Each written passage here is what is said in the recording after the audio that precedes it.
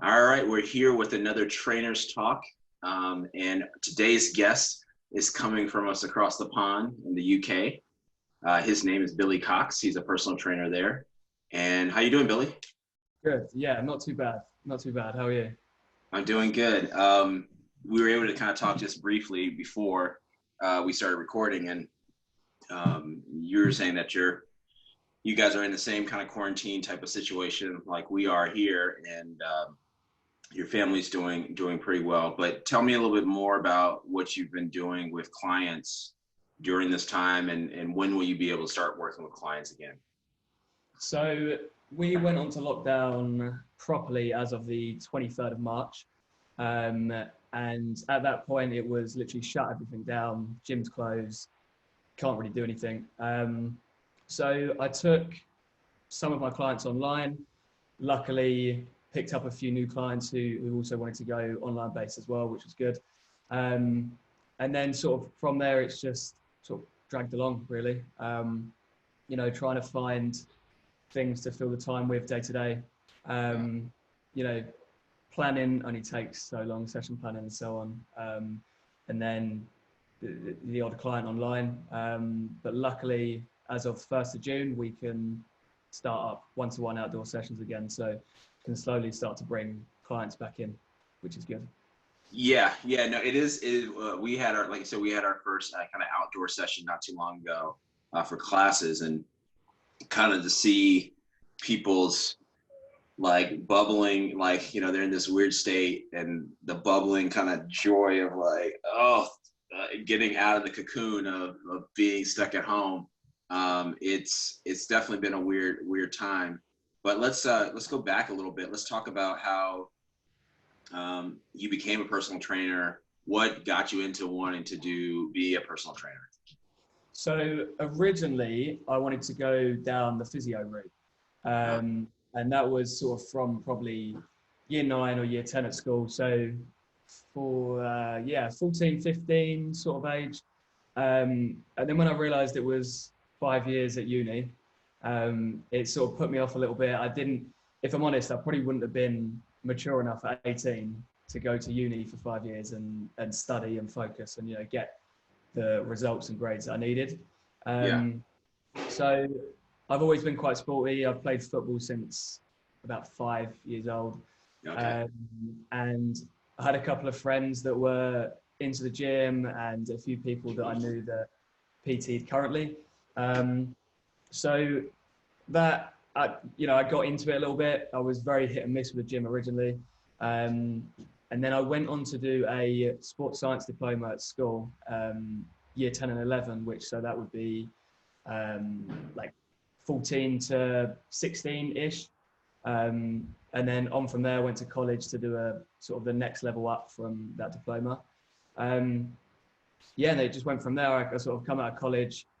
I went and did my level 2 fitness instructor qualification, got a job in a gym, and then it was just sort of a waiting game to do my level 3. So there was a little bit of a sort of messing around as the people I was meant to do my level 3 course originally, their company just closed down sort of thing. So I then went and found somewhere else, which wasn't a problem, but it just made it take that little bit longer to get the qualification. And how long have you been? So when was this? What year was this when you were doing all the like? So I've been qualified as a PT for 3 years now, or just over 3 years. And then before that, I was probably in the fitness industry for probably about 2 years before that. In total. So probably looking at about overall 5 years.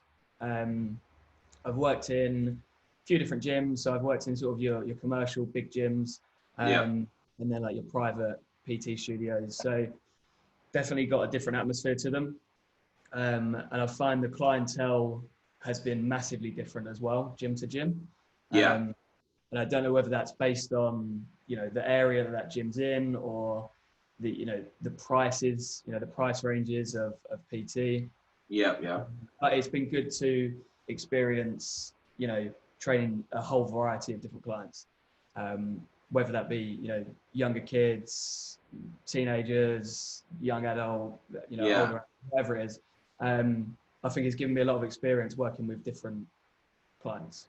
Yeah, totally. And you've had the beauty of being able to travel a little bit during your holidays, and I know you've been in the States several times. What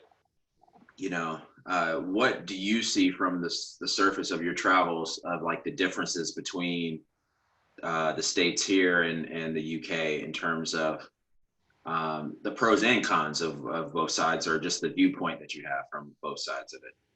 So I've always found that the fitness industry in the US is just a lot more advanced than it is in the UK. Yeah. Just from how well equipped the gyms are, the equipment that they have, the classes that they offer, that sort of thing, compared to us over here. I mean, that's me comparing it to, say, gyms that I've worked in and gyms that I've trained at. So there probably is other gyms and so on in the UK that are a lot more equipped and a lot more advanced. But Yeah. just sort of on a general note, I found that, the US have been further ahead than us with that. I've also found that it's sort of when I've been on holiday in America, I've found that it's been more family based. Like throughout classes, everyone works together and everyone chats and everyone knows each other, sort of thing. Whereas again, sort of gyms that I train at over here, not quite like that. It's more, you go in, you get your session done, you go home. Yeah. Which some people like, some people don't like. Yeah. I prefer the more sort of everyone has a chat, everyone gets on with it, and sort of everyone's happy with their training. Yeah. With sort of cons, if I'm honest, I haven't really seen any. Yeah. I probably haven't trained enough over there and met enough people over there to find any cons as of yet. Yeah. I mean, like I think there's going to be some beauty within both sides. I think some of it is like when I worked in the East Coast, when I was in Georgia and Virginia and things like that, I did notice that once I moved out to California, even within what you're saying, the difference between the UK and there, I felt the differences between the South or the East Coast and to California. And I did feel like California, in terms of fitness trends, at least, California was 3 to 5 years ahead on certain trends when it came to fitness and wellness. And so I think that kind of reigns true, because of the States, there's a wide range and similar probably to Europe and different places, like there's a wide range of certain countries are probably more advanced in health and fitness than others. What was the moment that, like, when you were training and you started to have clients, when you kind of really realized, okay, this is something I really want to be a career for me? I think I again, because I've enjoyed, I've grown up playing sport and I've enjoyed, the sport and fitness industry. I think I was quite set on it before I got my first client. And I think where I'd been in the fitness industry for, say, 2 years before I actually qualified, I was already set on knowing, right, this is what I want to do. This is sort of where I want to go with it. But I'd say definitely seeing my clients progress and achieving their goals, maybe goals that they thought they had set and they thought they'd never quite reach, or there was just something getting in the way, whatever it was. Sort of seeing my clients progress and hit those goals is very motivating, and sort of drives you on to continue to help everyone else, sort of thing. So that's the most motivating part of it. But I enjoy the whole role of it. Meeting new people. It gives you. I found that sort of after dealing with a variety of different clients, it helped me mature a lot as well, because I was dealing with a lot more people on a personal level as well. So it's not just sort of they come in and train, you know, you get told about their whole life, really. Yeah. Well, a lot of people do. But yeah, I would say there's not really, you know, other than, you know, dealing with the odd client that might not listen to you, or, you know, they come in and there's just that one thing that you tell them to do, which will help them to achieve their goal, and they don't listen. Other than that, I wouldn't say there's anything really I don't enjoy about it. Yeah, that's cool. And so, taking that into where you are now, is there something, like, if you were like looking back, so you've been doing this for a little bit over 3 years, if you look back like 3 years ago, is there something you would have told yourself that, if you could write a little note to yourself from 3 years ago, is there something you would write or tell yourself? I think, I mean, sort of me personally anyway, when you pass that level 3, or when you get that level 3 qualification, I feel like you're in no way experienced or really actually qualified to go out and, you know, take people's money to train them. And you know, I find that I have become a better trainer over time. And I feel like looking back at the qualifications I've done, Yes. I mean, I wouldn't say, obviously you get the basics, you get the information and knowledge to pass that exam. But I don't think I would look back at that now and say, right, yeah, I should do that in a session, or I should do that in a session.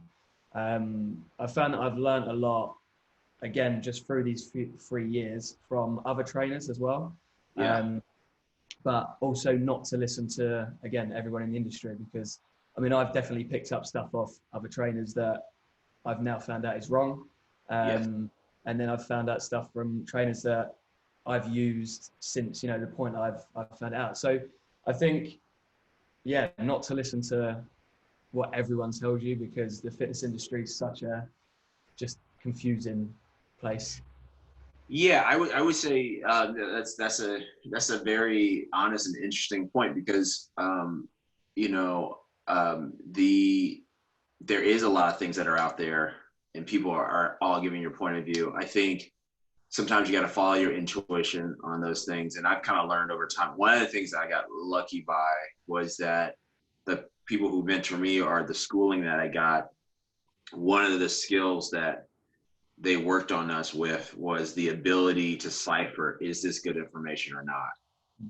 And, you know, in the moment, you know, you think that's important, but you don't realize how important that is. That's like really like the game changer I felt for my career, after I got that initial kind of, you know, the basics. Once I got the basics, that next stage when you're out there on your own and you want to continue to learn, is how do you cipher this information, and what of it is bullshit and what of it is real, kind of something that like you really are, or what of it is just not your style and that's not really going to work for you, and what of it is you're going to be able to take out of it and really apply it to clients that you know, or services that you can provide.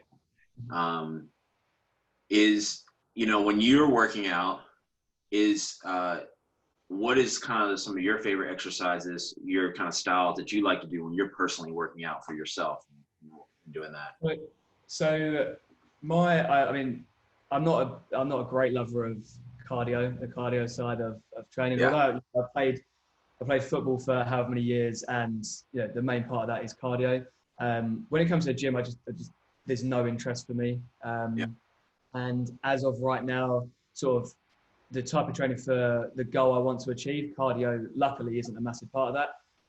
I love weight training. I enjoy circuits. You know, I like taking classes, and I like participating in classes myself. So like resistance circuits, full body circuits, that sort of thing I enjoy. But I would say sort of, you know, day to day, the main sort of training I do is sort of weight training. So again, luckily, sort of throughout lockdown, where I've got my home studio, I've been able to continue training, which is good. You know, I haven't got every machine that the gym I train at's got, but it's given me the opportunity to at least carry on in the direction that I want to go. Totally. Yeah. Yeah. Is is there like, if you had like is there a favorite like area like you'd like to work, or is like, is there a favorite move or exercise that you're like, and it could be like the simplest thing. Cause sometimes for me, when I'm doing stuff, even though I can get creative with clients, when I'm working out myself, I would say that 9 out of 10 exercises are basic. Well, what I would consider basic exercises. So I would say, I throughout my training, I try and stick to a sort of a set plan. So I've got a plan that is set for sort of my Monday, Tuesday, Wednesday, Thursday, Friday, Saturday, whatever it is. So, I mean, at the minute, I follow a upper, lower, or upper legs, and then sort of a separate core session. So you really used to enjoy doing a push-pull leg split. Love training chest, love training shoulders. But with that, I found that doing a sort of a full shoulder workout and a full chest workout in one session, by the time I come to shoulders, they're just fatigued and dead already. And I'd say one of my favorite exercises is a overhead press.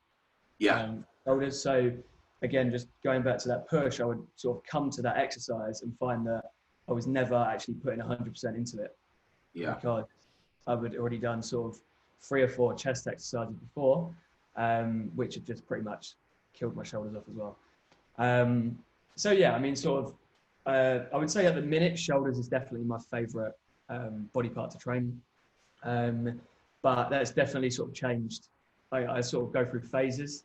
I find it's more when I see a certain muscle group progressing, that sort of becomes my favorite. And then something else I don't push it to a side, but I'll sort of definitely favor one sort of group over another. Which is it's not great. But I think since I first started training, it was always that, when I first started weight training, I hated legs, like pretty much majority of people. And now I'd say, I enjoy training legs. So, I definitely run through different phases of, favorite exercises, favorite muscle groups, that sort of thing. Yeah. Well,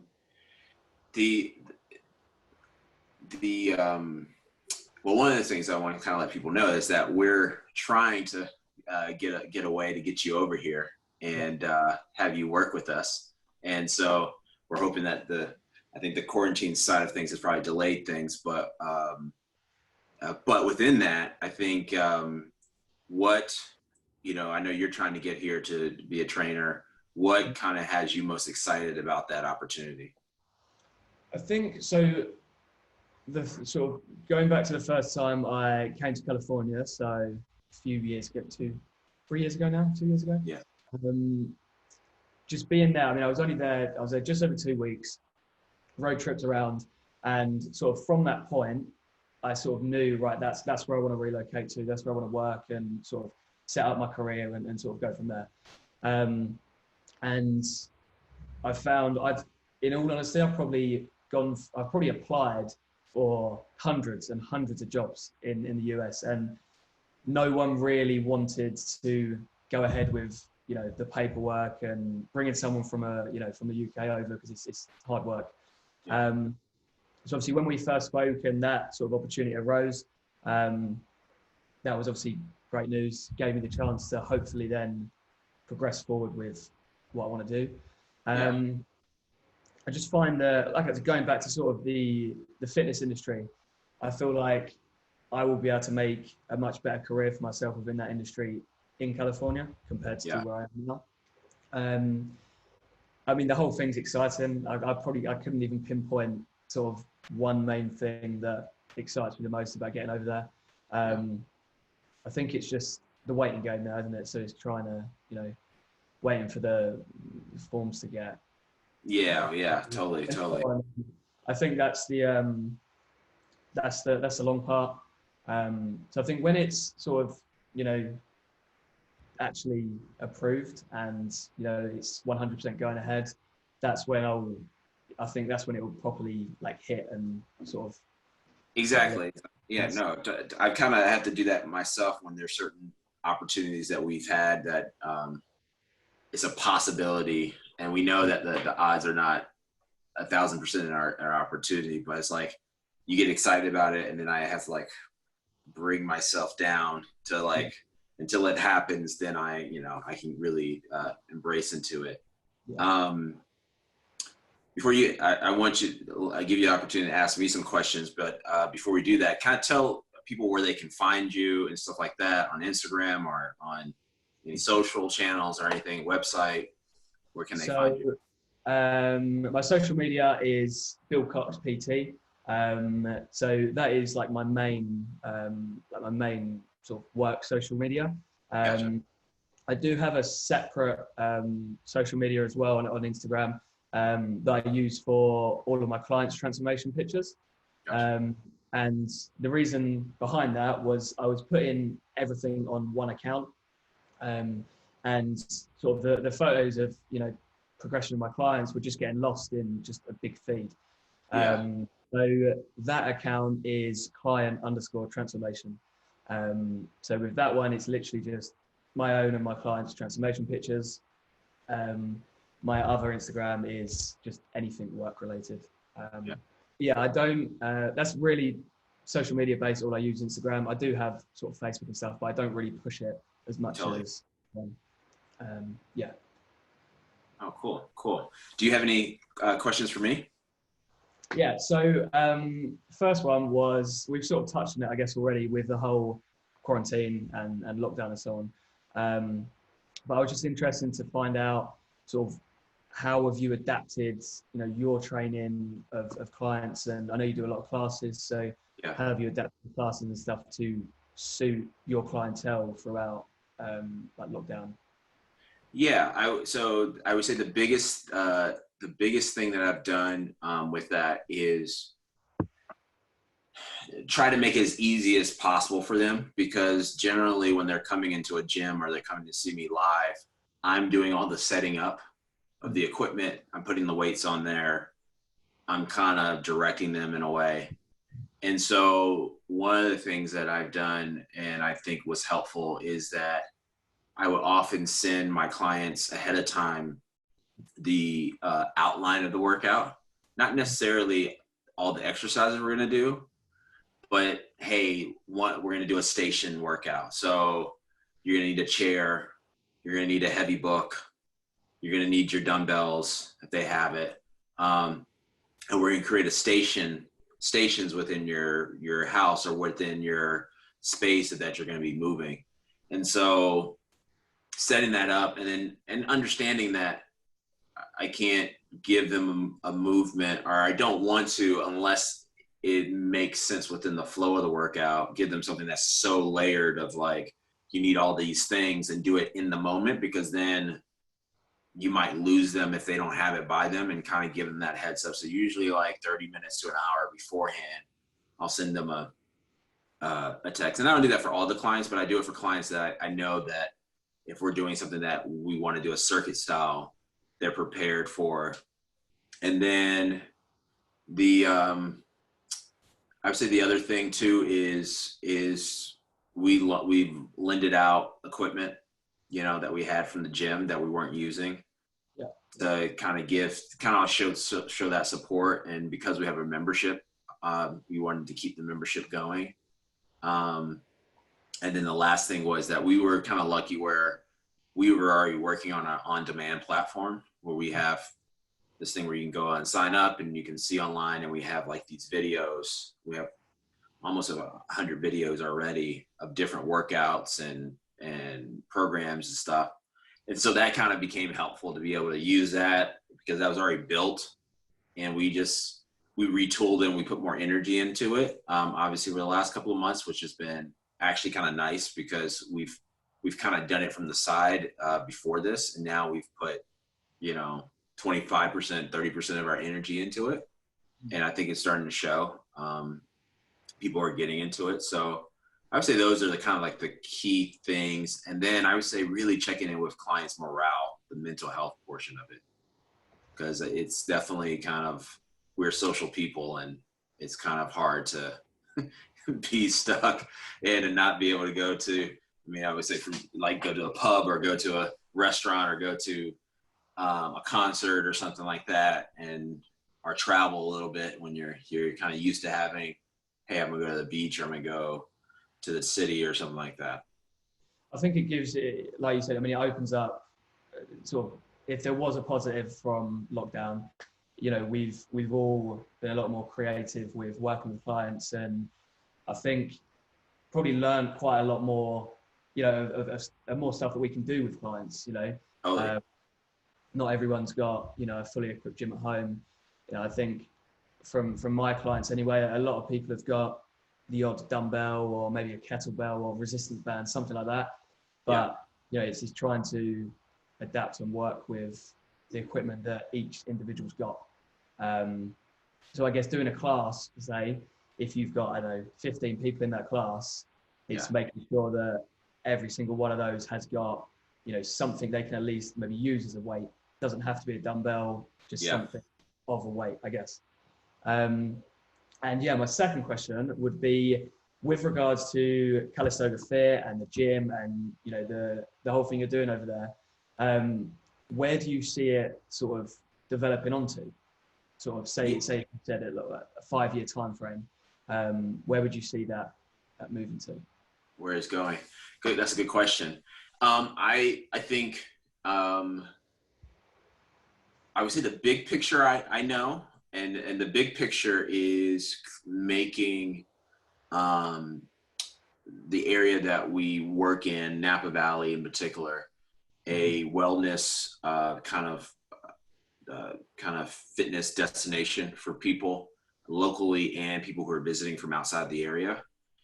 So what that means is we're covering a lot of ground in the areas. We're trying to find ways to just make people healthier.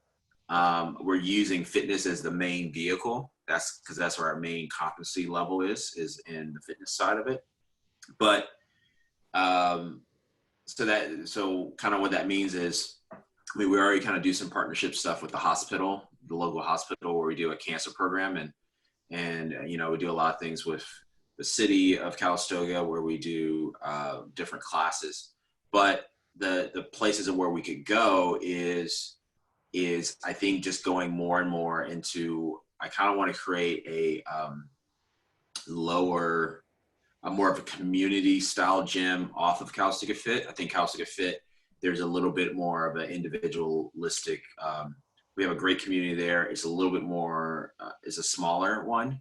I wanted to create another subset that is a bigger gym or community. I don't know if it's a gym because, you know, with things like what we're going through now, you don't know if that's going to be in a building or that's going to be online, if that's going to be in certain events that we will hold. But whatever we can do to kind of get more of the town and more of the local area and people who visit wanting to gravitate towards things like that, like fitness or nutrition talks or seminars, or so I see it kind of going that route. I do see us getting more digital, you know, with our app. That's something that we have coming. That's going to be coming soon. So those things, and then I think I want to do more stuff with nutrition, like in a bigger way, and I want to do something more with health when it comes to the medical side.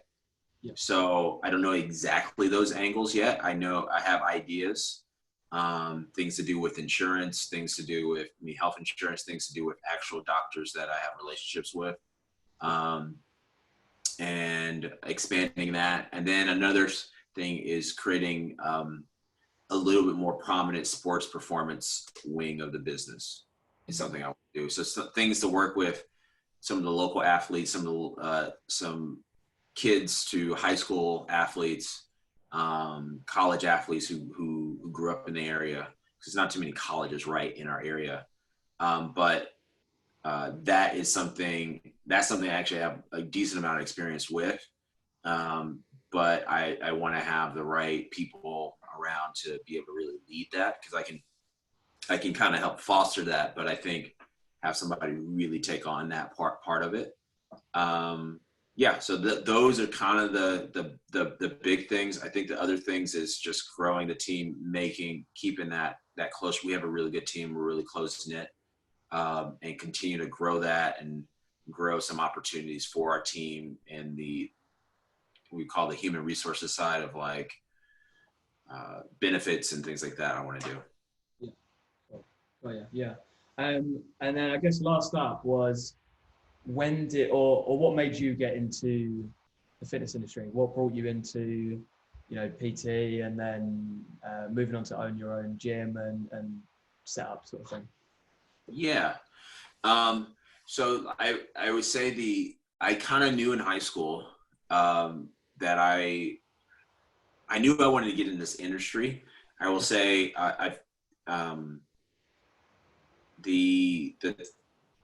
the thing that kind of sparked and knew that I wanted to do personal training, because some people have heard the story of me talk about how like what got me into like going to school in this industry, but not too many people heard of like what got me to wanting to do training.